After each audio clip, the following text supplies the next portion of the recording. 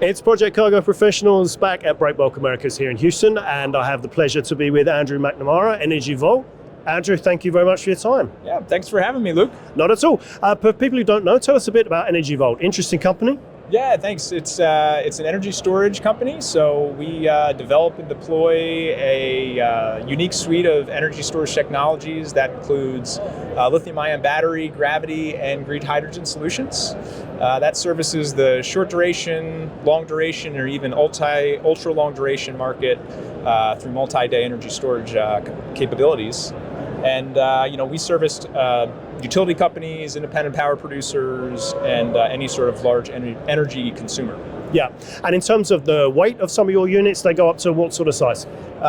Well, they're getting heavier. That's what I've been hearing this week. They are getting heavier. So we just deployed some recently in Australia market, New South Wales, and they were about 55 metric tons.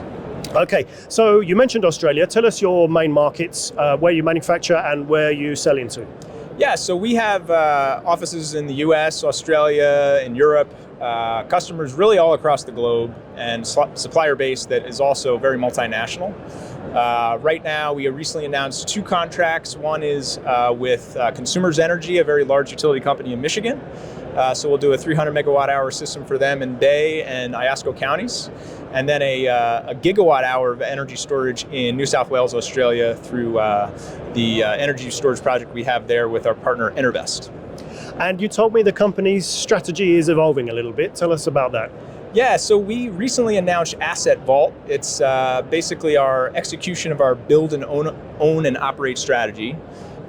Build, own, and operate. That's build, own, the and new operate. strategy. That's it. So yeah, you can think, in the past we've really been more of a build and transfer strategy. So as we develop and deploy these energy storage projects, we've turned them over to a different owner. In this case, we're sort of in it for the long term, which is great because we have a tremendous amount of knowledge and expertise as it relates to turnkey energy solutions.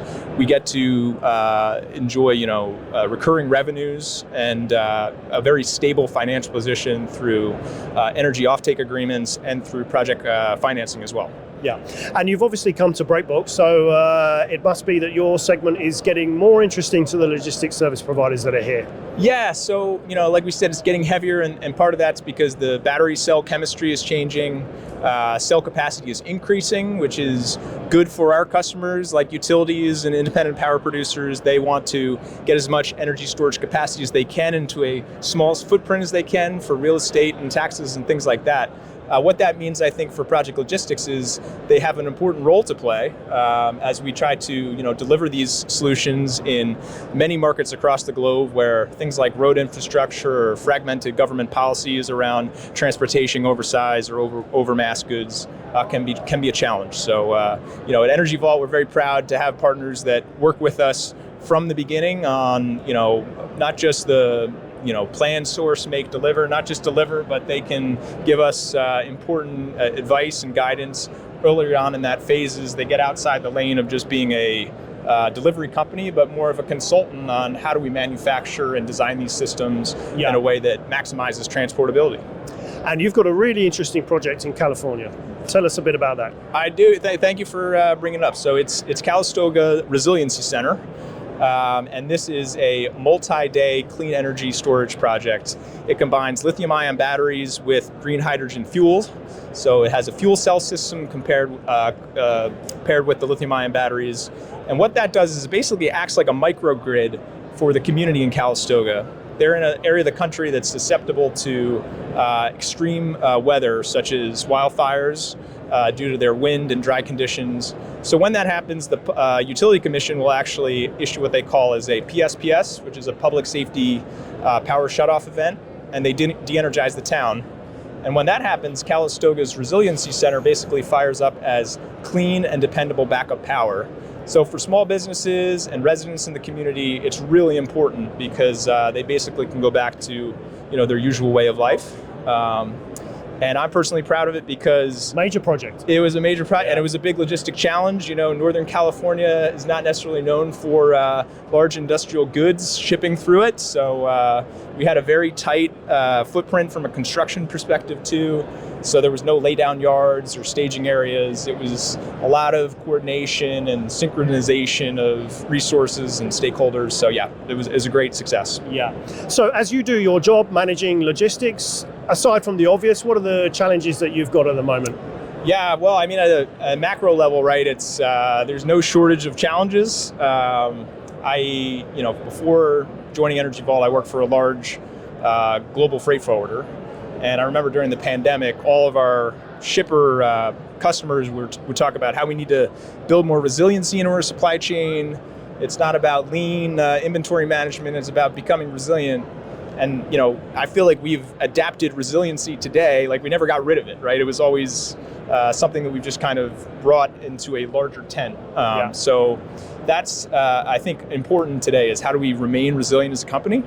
And I think with the build, own, and operate, we have a very stable financial business model that can kind of see these things, challenges in the market or headwinds in a more adaptive and flexible way. And we also have a fantastic team. I mean, spread across the globe. We grew up during the pandemic as a company, so we developed a very multinational way of working.